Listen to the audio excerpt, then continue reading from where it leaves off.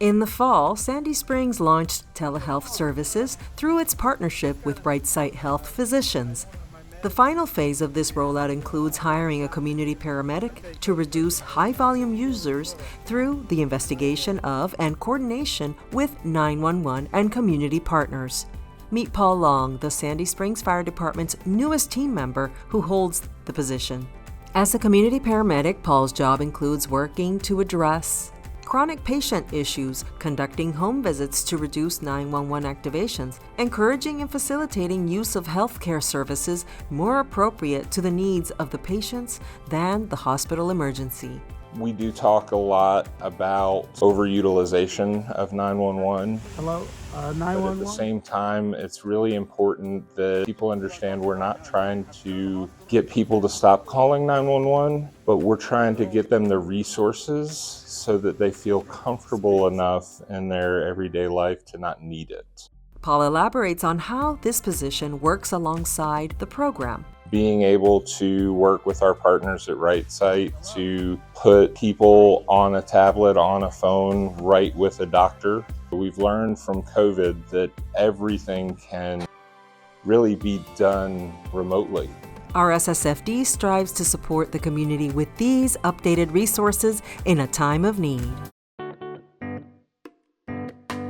Sandy Springs is characterized by its diverse business landscape with a mix of corporate headquarters, retail shops, various hospitals, small businesses, as well as many restaurants.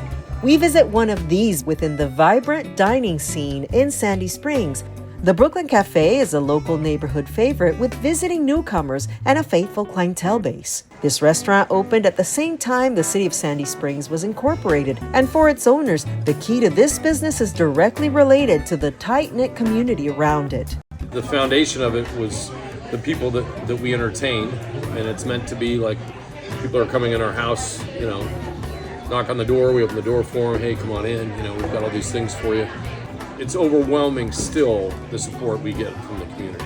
Jeff Trump and Mike Horish have been in the food service business for over 25 years, and this eatery's customers return for favorite dishes as well as new weekly features. This is the crab cake salad. You can't go wrong with the crab cake salad. I can't really take anything off the menu because the following is so strong for each item. Strategy-wise, we really just focus on specials as much as we can, trying different things and giving people, different options. We met with Jeff and understood that his relationship to the restaurant's patrons is directly related to this eatery's popularity. We wanted to have a place kind of like Cheers, but a place where people can come see their friends. But if they come once a week, it puts money in the server's pocket, it keeps the food fresh, it keeps us on what we internally call our cycle of success. Jeff is also a wine connoisseur, offering an interesting variety of wines in-house, as well as tasting events.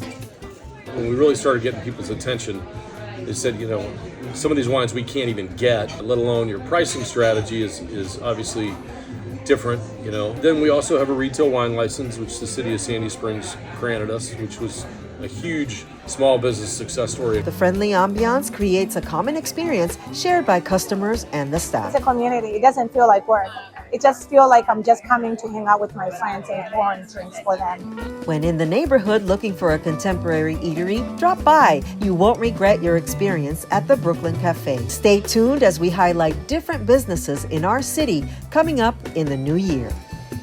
The gallery at City Springs currently has the Emerging Artists exhibit on display. The group show includes works in various art forms from artists from schools and programs throughout Sandy Springs. This collection originally debuted at the Bluestone Arts and Music Festival this fall, and the city, along with Art Sandy Springs, had the opportunity to showcase these works for an extended run.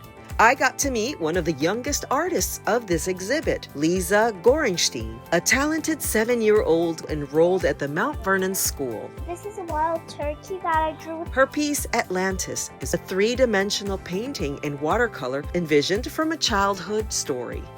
I really liked that story because I was like, this land went underwater. Lisa shares her love of art, which she expressed from a very early age. When I was 4, I drew this one. It's my favorite artwork. I was so little when I drew this. Lisa's family supports their daughter's passion for art, which seems to be a common thread amongst several family members. Me and my wife are very supportive of that. And that's why we thought, okay, we need to do more art classes. We need to do more things. And we just happen to have one of the greatest art teachers, right? Make sure to visit City Hall's lobby to experience this exhibit by our local artists through mid-January.